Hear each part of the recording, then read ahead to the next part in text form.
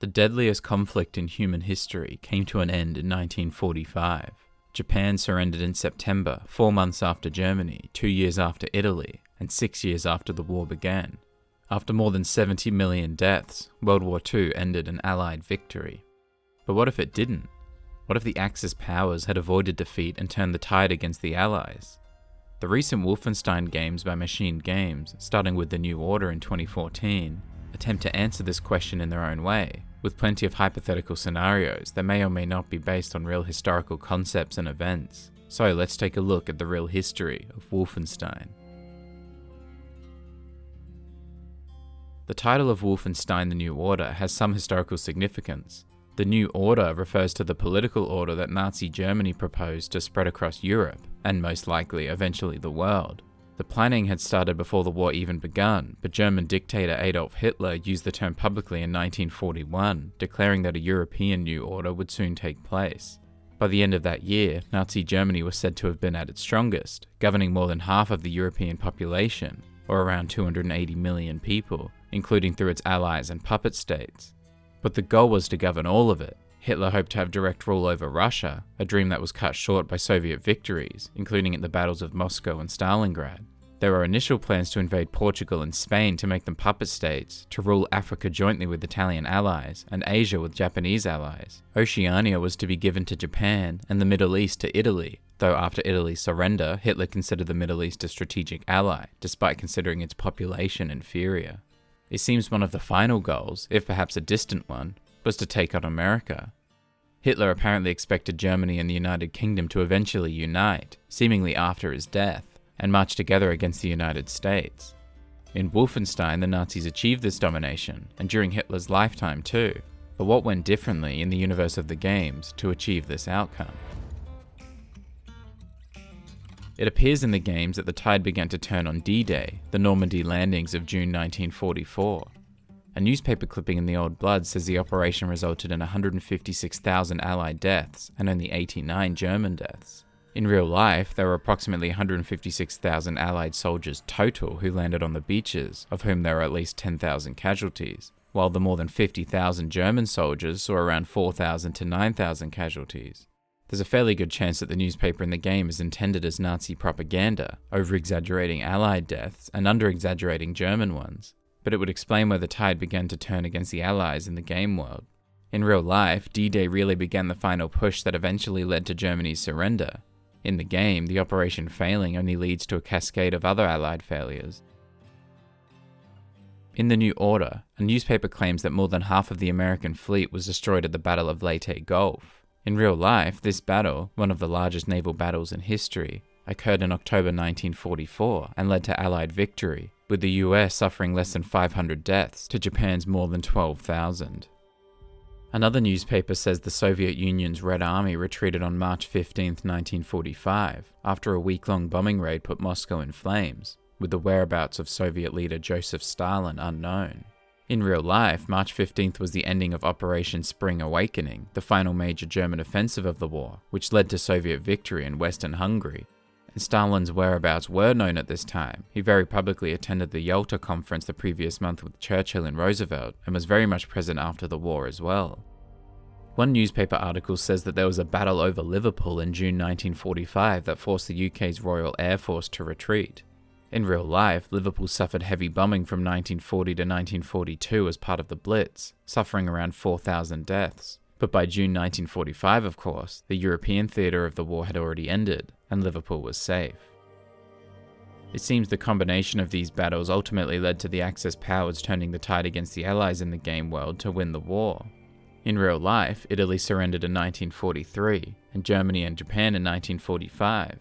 In the game, the Soviet Union surrendered in 1946, and the UK, China, and US in 1948. Followed by Germany promptly betraying Italy in 1949. Now, whether or not Germany could actually have easily turned the tide of the war is not something that can really be determined with certainty, considering how many factors were at play. Some have argued that it was impossible, and others that things were actually closer than they looked around 1942.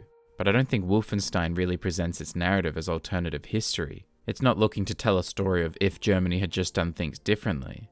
It's telling a story that, while compelling and certainly not devoid of social commentary or modern relevance, is separate from reality, a reality in which the Nazis got their hand on essentially supernatural technology to help them win the war. While the Nazis weren't known to have actually gotten their hands on supernatural technology, there is a bit of a historical precedent of something similar. Wunderwaffe, or Wonder Weapon, a planned series of Nazi superweapons that were promoted as being able to reverse Germany's technological deficit that was caused as a result of the war. There were several planned weapons, most of which weren't completed or used as originally intended, including the Land Cruiser P-100 Ratte, planned to be 1,000 tons, which is more than 5 times heavier than the heaviest ever tank. It was approved by Hitler, but cancelled by the Minister of Armaments in 1943. There was also the series of H-class battleships, the largest of which, the H-44, was planned to be 131 tons, more than twice as heavy as the heaviest ever battleship. It was planned in the late 1930s and early 1940s, but left incomplete due to the war. Perhaps one of the most significant planned Nazi weapons was the V3 cannon or supergun. Said to be the largest gun in the world, each barrel was 130 meters long and inclined at a 50-degree angle. The plan was to establish the weapon in Normandy and fire it directly towards England to shell the city of London. However, the site at Normandy was destroyed by the British earthquake bomb Tallboy in 1944. The Allies weren't aware of the bomb's success though, so further attempts were made by the US, resulting in the death of Joseph P. Kennedy Jr. 2 shorter 50-meter-long V3 cannons were used in the Battle of the Bulge against Luxembourg in December 1944 and January 1945, killing 10 and injuring 35. There are some weapons and inventions referenced in the game with some real-life counterparts too. For example, in the game it said that Germany dropped an atomic bomb on New York City around December 21st, 1948, killing over 200,000 people and leading the United States to surrender within days. In real life, the United States detonated 2 atomic bombs over Hiroshima and Nagasaki on August 6th and August 9th, 1945, killing between 129,000 and 226,000 people, leading Japan to announce its surrender within days. There's also a newspaper in the game that says the German military created a sun gun by November 1960, with a 2.5-kilometer long space station holding a giant mirror with the ability to incinerate cities and boil oceans by harnessing the sun's power. In real life, a group of German scientists were apparently exploring the same idea with a 9-square-kilometer reflector. They predicted the project could be completed within 50 to 100 years. One of the most interesting pieces of technology in the game, this one used by the Resistance, not the Nazis, is the Spindly Torque, an anti-gravity sphere that would spin and destroy nearby structures. In real life, there are stories of a scientific device known as Die Glocke, or the bell, a tall bell-shaped contraption that, according to rumours, might have had an anti-gravitational effect, though some rumours also suggested that it might have been a time machine. Thankfully, in the game, this technology is in the hands of resistance fighters, the Kreisau Circle.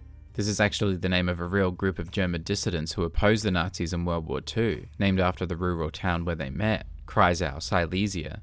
Some members had similar preceding social circles, but this specific group was formed in 1940.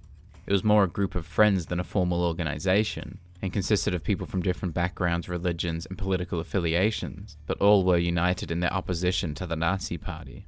Their discussions largely focused on the inevitable fall of the Third Reich, which they assumed would be soon, and they believed its fall would also bring the end of party politics, nationalism, and racism.